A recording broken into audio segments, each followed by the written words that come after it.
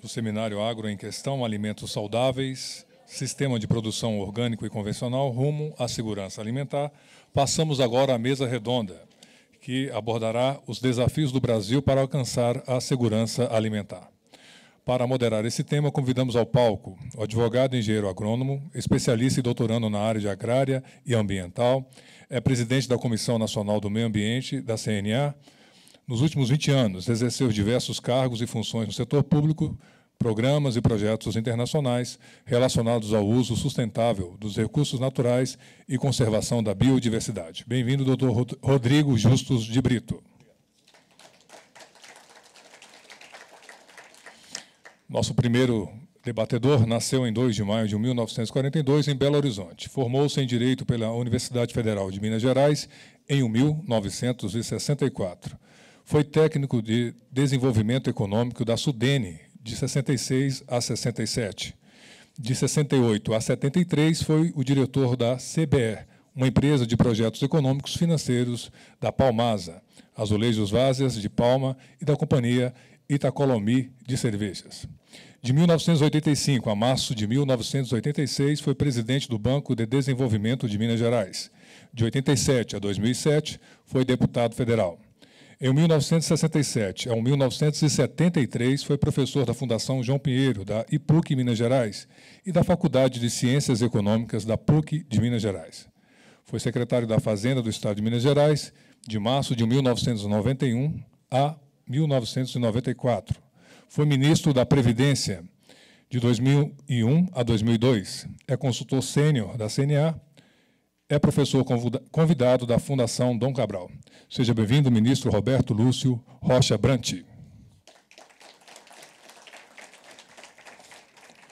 O nosso segundo debatedor é engenheiro agrônomo e agricultor, coordenador do Centro de Agronegócios da FGV e embaixador especial da FAO para cooperativas. Foi professor do Departamento de Economia Rural da Unesb e presidiu a OCB, a Organização das Cooperativas Brasileiras, CONSAG, Conselho Superior do Agronegócio, da Fiesp, da SRB, Sociedade Rural Brasileira, a BAG, Associação Brasileira do Agronegócio, e da ACI, Aliança Mundial das Cooperativas. Ele também atuou como secretário de Agricultura do Estado de São Paulo, nos anos de 93 a 94, e ministro da Agricultura, Pecuária e Abastecimento nos anos de 2003 a 2006. Seja bem-vindo, ministro Roberto Rodrigues.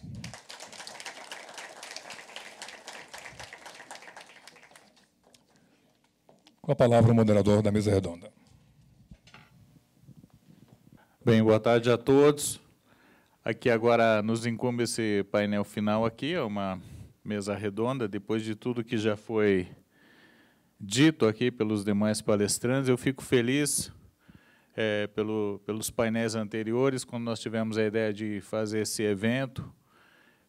Ele teve a função de desmistificar conceitos relacionados não só à questão da agricultura convencional, da agricultura orgânica, das questões e dos problemas relacionados ao uso, né, dos produtos, dos agroquímicos, que aqui foi bem explanado aqui pelos antecessores, e as potencialidades do Brasil, né, que é um gigante adormecido, né, em crescimento, e que o país tem lições de casa a fazer, né?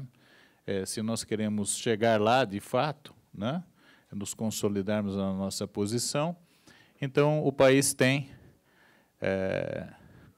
o seu dever de se organizar para que nós tenhamos sucesso no futuro, produzamos cada vez mais seguros os alimentos, qualidade, de forma que o Brasil possa realmente ocupar o seu lugar nessa conjuntura da segurança alimentar.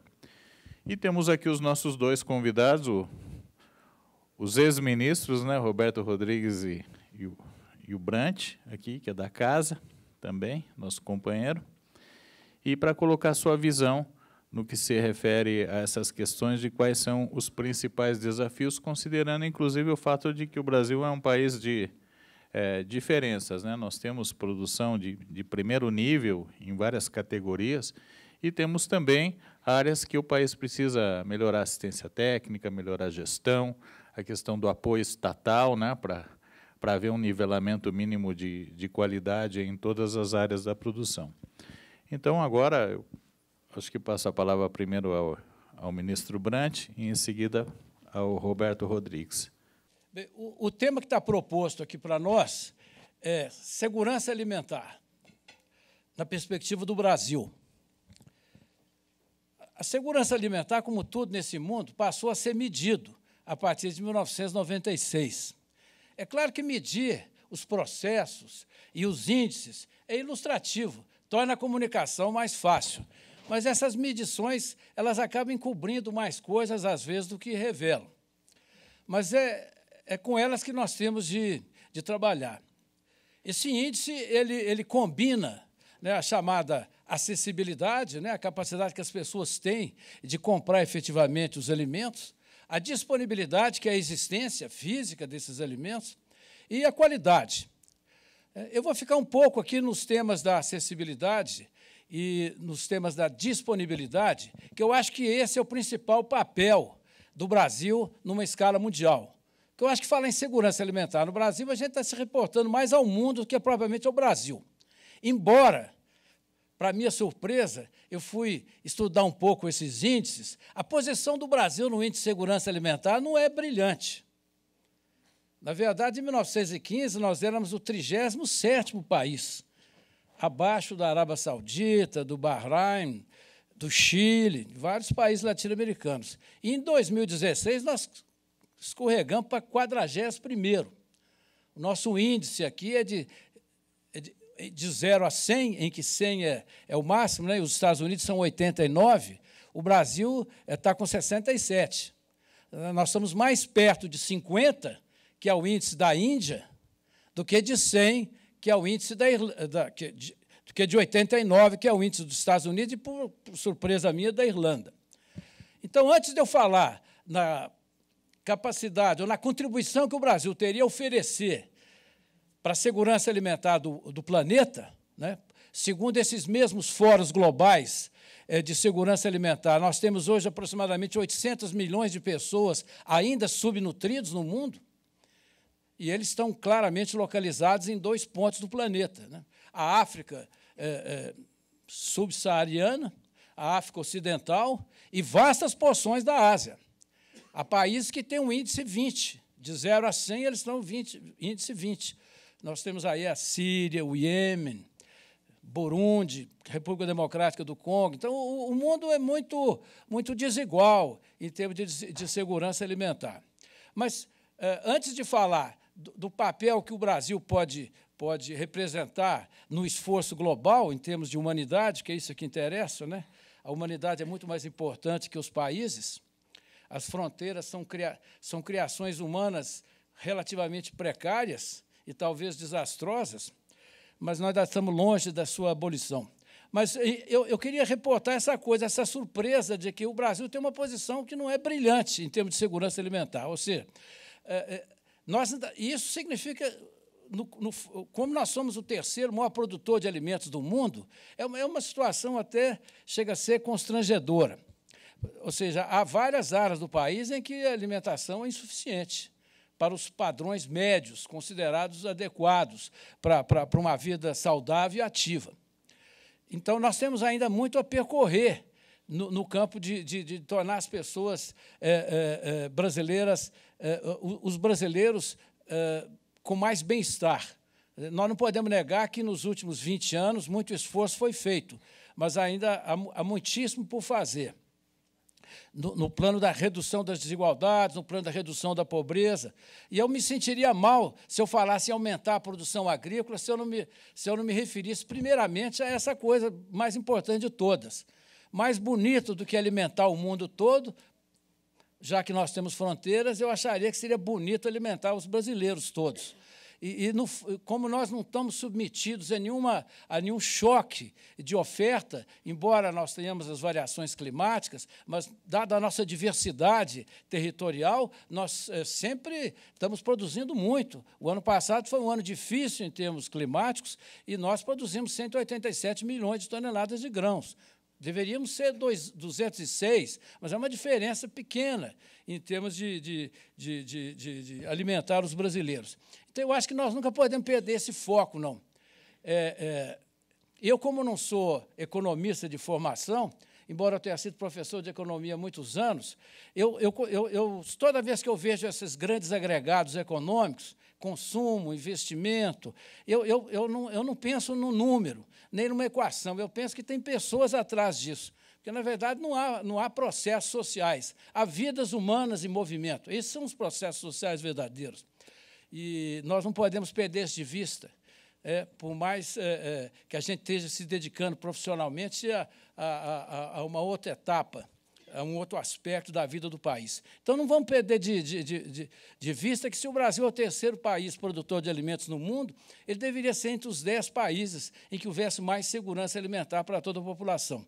Porque, no caso aqui, o que está faltando mesmo é renda para adquirir a comida necessária, né? E o Estado tem um papel nisso muito grande.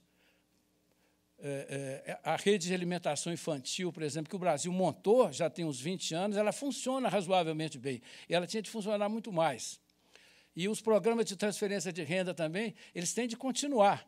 Não é um capítulo que nós possamos fechar, mesmo porque, se na minha geração o país crescia 4%, 5% ao ano, e as oportunidades brotavam para todas as pessoas que tivessem um grau de conhecimento razoável, hoje as coisas se modificaram muito. A capacidade do Brasil de crescer no longo prazo reduziu-se muito.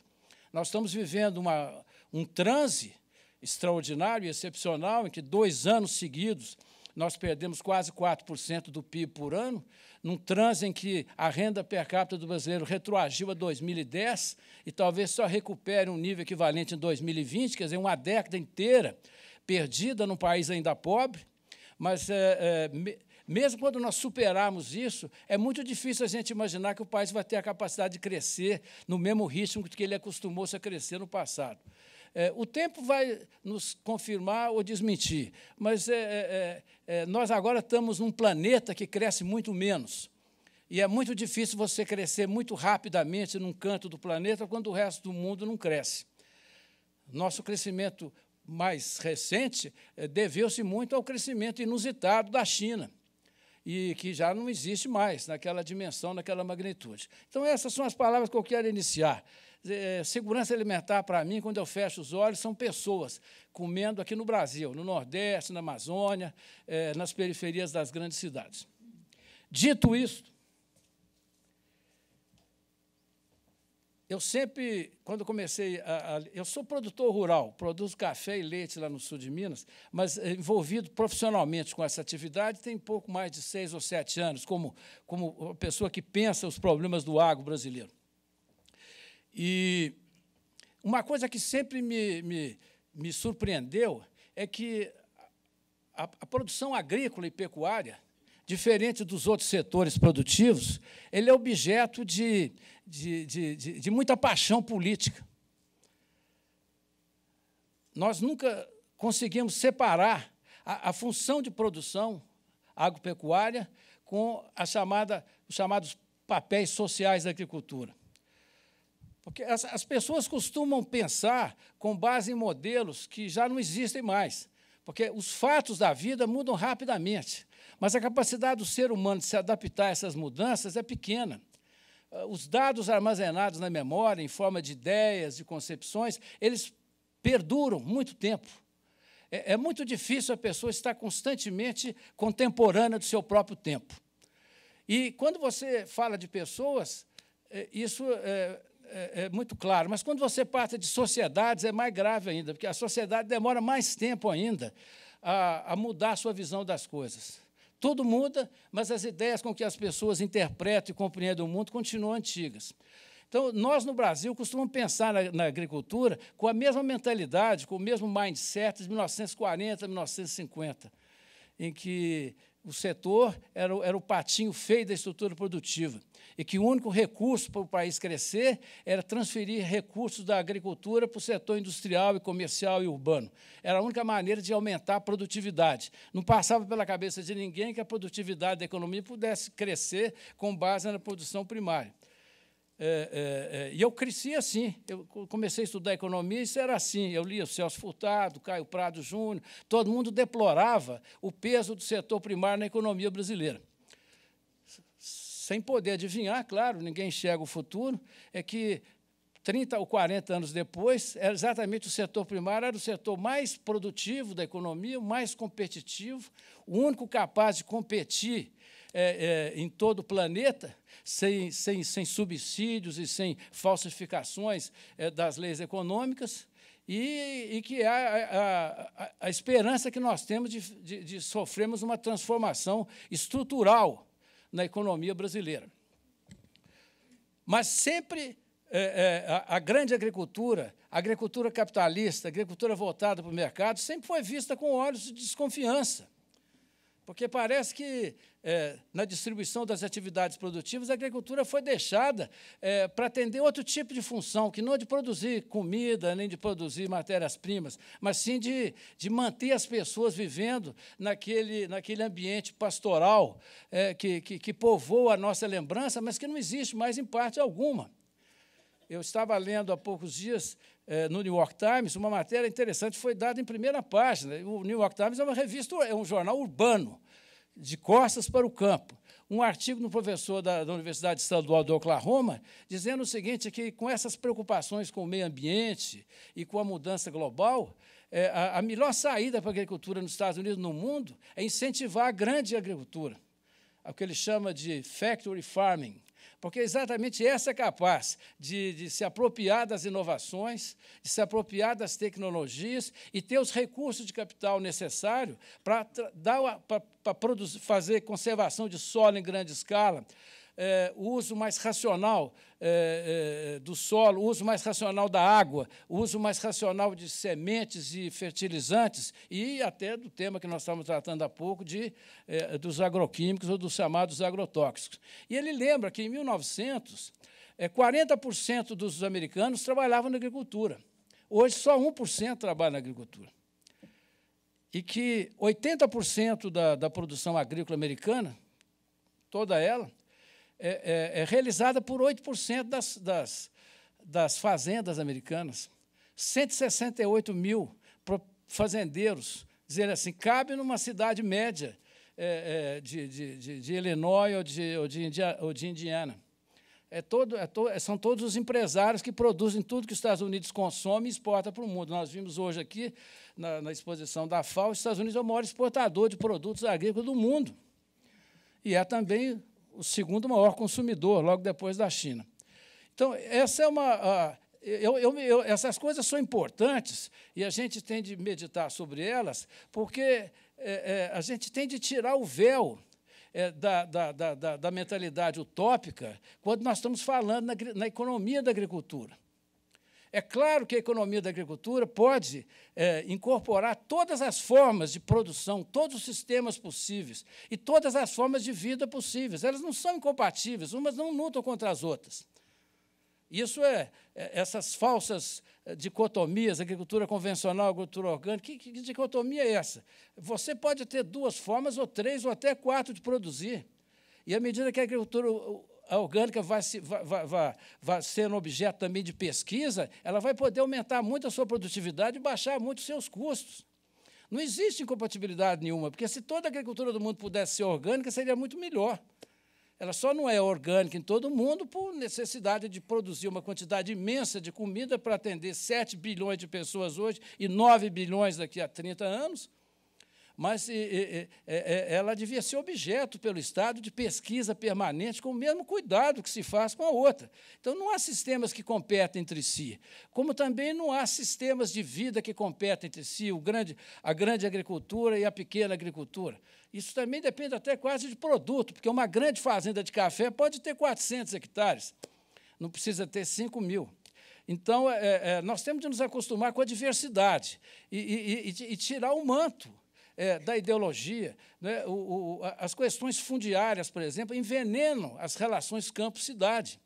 Quando eu falo com as pessoas que a área de grãos do Brasil, hoje, ocupa aproximadamente 60, 63 milhões de hectares, e que nós dedicamos 88 milhões de hectares a programa de reforma agrária, são desapropriações já feitas, assentamentos já feitos, eu falo, isso é uma questão de custo-benefício. É nessa direção que nós devemos seguir.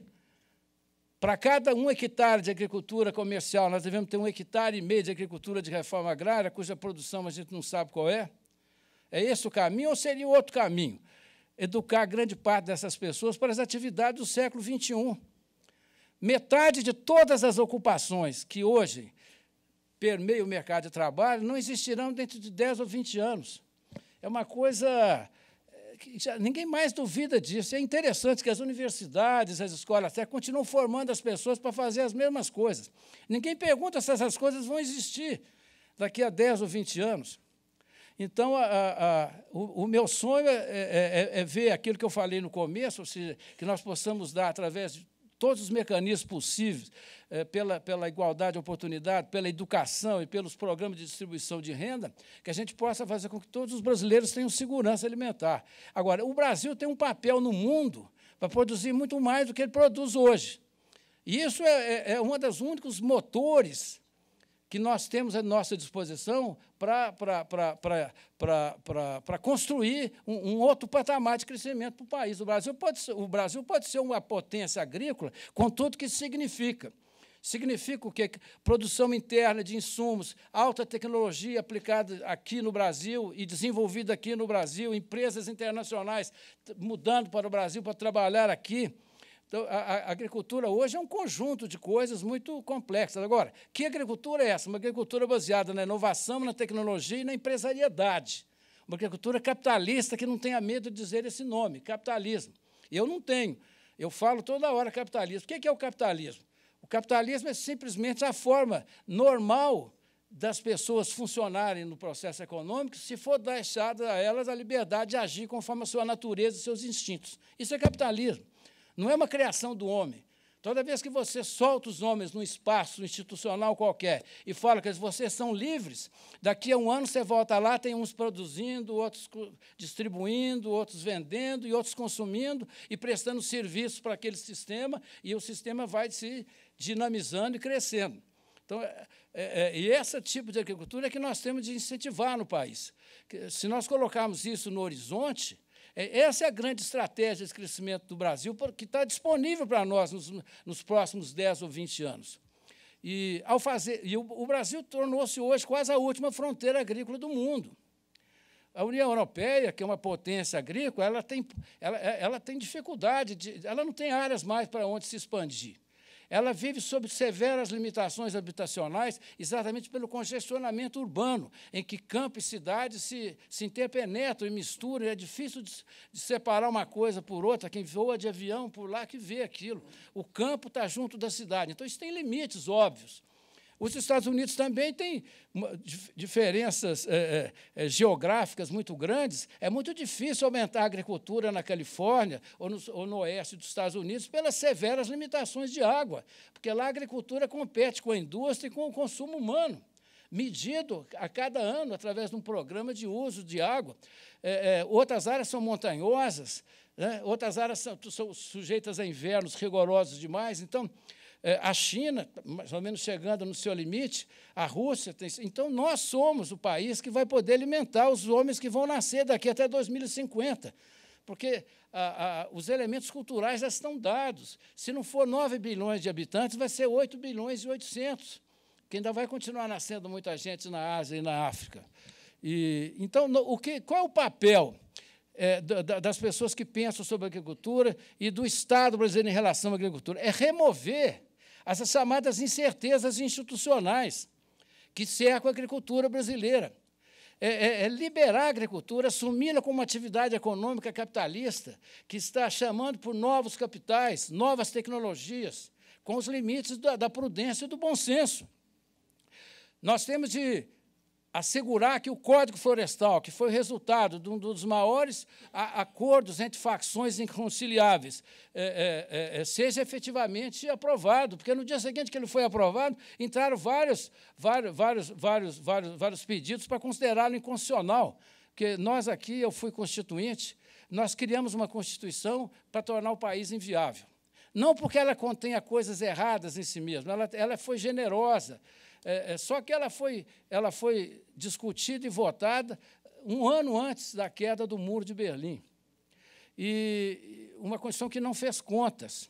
E o pior disso, ela regulou todos os aspectos da vida nacional. Então, todos os aspectos da vida nacional estão submetidos ao crivo da constitucionalidade, qualquer coisa que você pensa. Então, nós estamos com um Código Florestal cuja votação foi uma epopeia, envolveu o país inteiro, as pessoas interessadas. É a mais rigorosa legislação ambiental do mundo, pelo menos no que diz respeito à agricultura, sem dúvida nenhuma. Não existe reserva legal no mundo. Existe, Roberto Rodrigues? Você voa pela Europa, não tem área de proteção ambiental em rio nenhum. Não é que não tenha de ter, não. É que quem nos manda fazer isso são pessoas que não fizeram isso. Mas vamos fazer.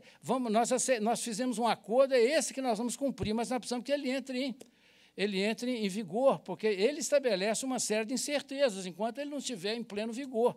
Né? O nosso famoso ex-diretor da Receita Federal, Everardo Maciel, dizia uma coisa extraordinária: o Brasil é um país em que nem o passado é previsível, porque qualquer dia você pode descobrir que o passado é outro. Então você, mas eu fiz, estava permitido, não, mas agora é outro. Então, se o passado é imprevisível, o futuro torna-se impossível de enxergar. Então, eu acho que o que a agricultura brasileira precisa de previsibilidade institucional. A chamada insegurança jurisdicional, né, que afasta tanto investimento, torna os juros mais caros, torna o risco de investir muito maior. Então, acabar com isso, de um lado. De outro, mais uma vez, afastar a ideologia da presença do Estado na economia. Enquanto o Estado for responsável por logística, nós não teremos logística. À medida que o Estado foi se afastando lentamente, você já está criando rapidamente vários sistemas.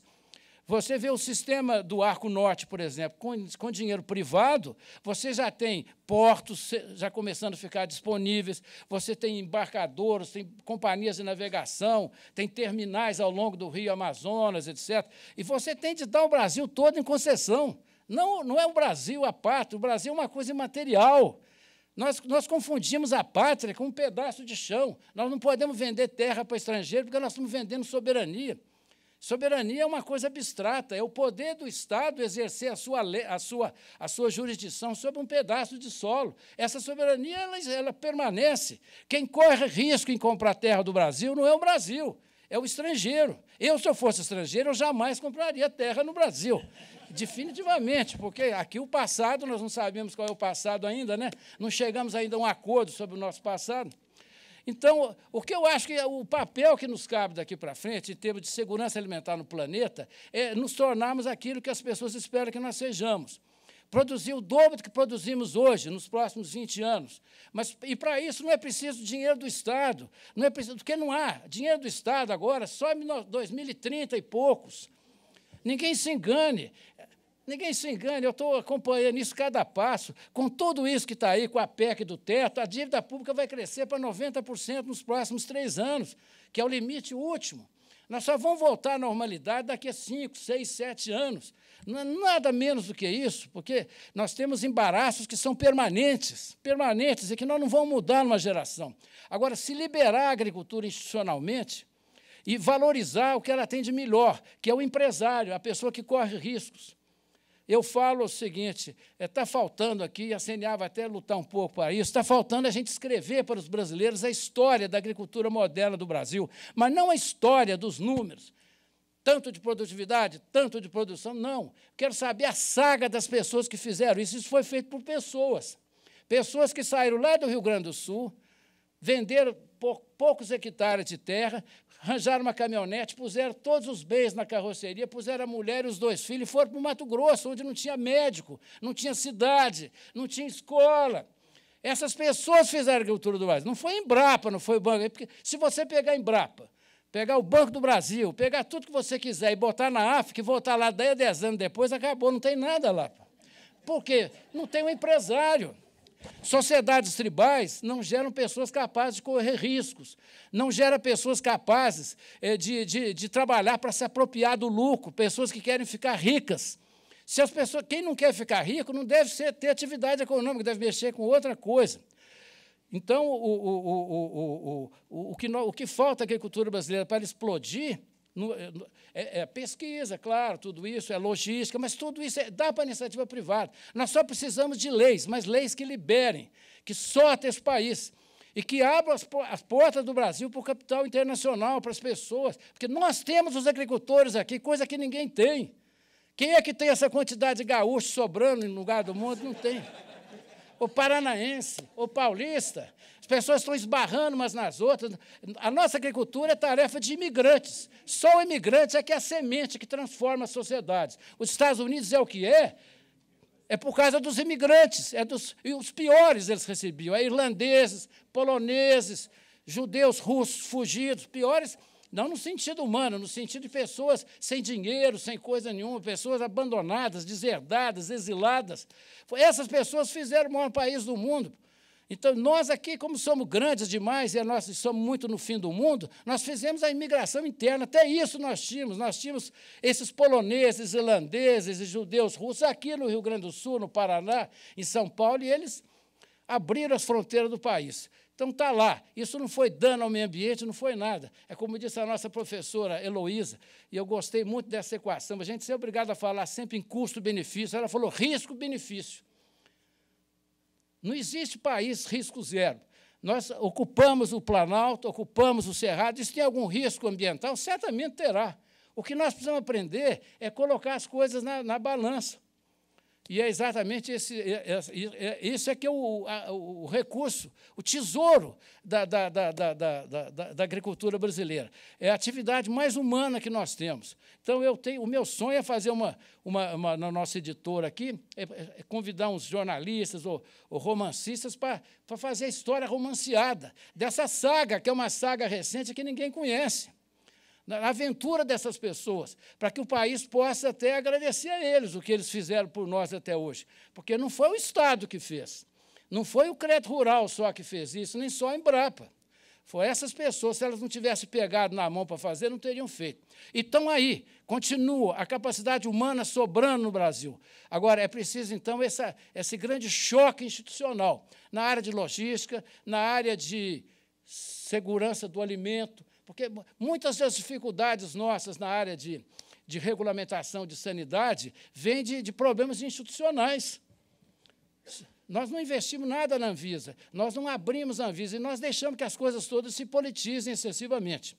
Então, essa é a minha visão de uma pessoa que não é especialista em nenhum desses campos e, por isso, posso fazer uma espécie assim, de voo de pássaro. Eu estava falando com o Roberto Rodrigues, nós, da nossa geração, vivemos numa única existência, 3 eras distintas, que não se parecem umas com as outras. Nós estávamos vivos em 1940, 1950, todas as estradas do Brasil eram de terra, a gente andava de jardineira no meio da poeira. Depois, na década de 60, 70, 80, vimos essa explosão industrial. E vemos agora a segunda revolução industrial, da eletrônica, de tudo, as comunicações, né?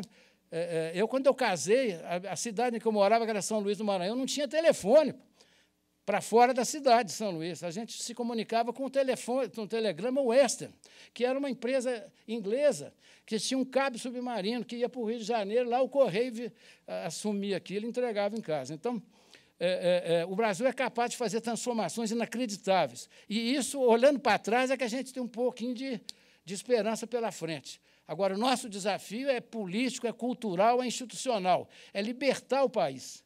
Eu acho que, fazendo isso, nós estaremos trabalhando para a segurança alimentar da nossa gente aqui e do resto do planeta. Porque, se nós fracassarmos aí, talvez o planeta tenha problemas. Não na nossa vida, mas daqui a 20 ou 30 anos. É isso.